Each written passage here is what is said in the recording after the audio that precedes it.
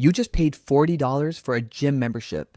There's a good chance a gym is hoping you never use it. That's not a joke. That's the actual business model. Here's a number that sounds impossible. Most gyms sell around 300 memberships for every 100 people the building can hold. Not a rounding error, a deliberate ratio built into the math from day one, calculated the same way an airline overbooks seats. Think about what that means. If everyone who paid actually showed up, the parking lot alone would be a disaster. There wouldn't be enough treadmills, benches, or locker space for a third of the people who paid. The gym isn't built for its members. It's built for the fraction who'll actually walk through the door. So how do they get away with selling 3 times more space than they have? They're not guessing. They're relying on a predictable pattern in human behavior, one that repeats itself year after year, almost like clockwork.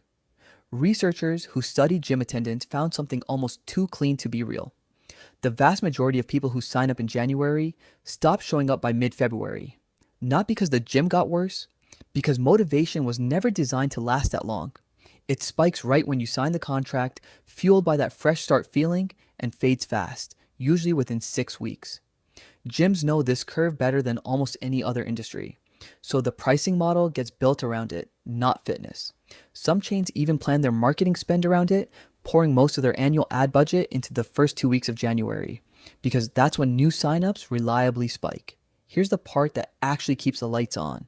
Once your motivation drops off, canceling should be the obvious next move. But it isn't.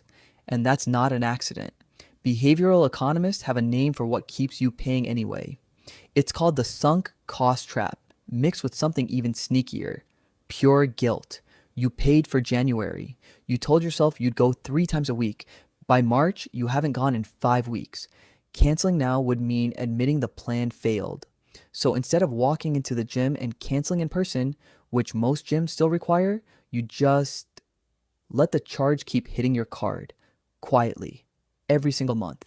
It's less painful to lose $40 silently than to have an awkward 5-minute conversation admitting you didn't follow through. That's not weakness.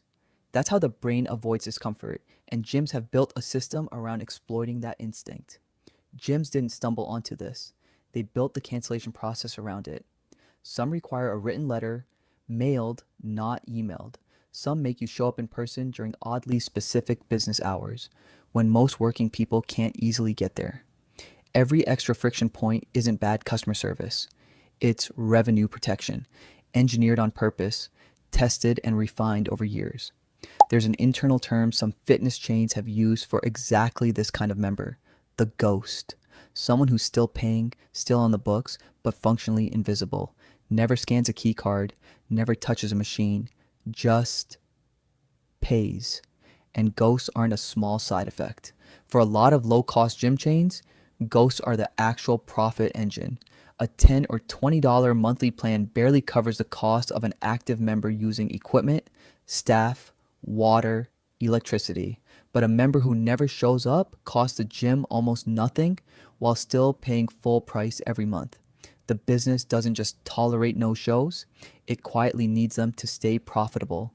This is why some of the cheapest gym chains in the world can afford brand new equipment, huge locations, and rock bottom pricing that seems impossible to sustain. The math only works because most people who sign up will barely use it. Every empty treadmill at 8 p.m. on a Tuesday is doing exactly what the business plan expected. If everyone who joined in January actually kept showing up in July, most low-cost gyms would go bankrupt within a year. There simply isn't enough physical space or equipment to support that many real, consistent users. The entire model quietly depends on most people quitting. So the annual New Year's resolution rush isn't really about getting people fit. It's about locking in 12 months of quiet, guilt-powered payments from people whose motivation was always going to fade by February. The workout plan was never really the product being sold. None of this makes gyms evil, exactly. Showing up is genuinely still on you, but understanding the incentive changes how you read the whole industry. A gym that's cheap, spacious, and never crowded isn't necessarily a good deal. It might just mean the business already assumes you're not coming back. So next time you're about to sign a 12-month contract, ask yourself an honest question.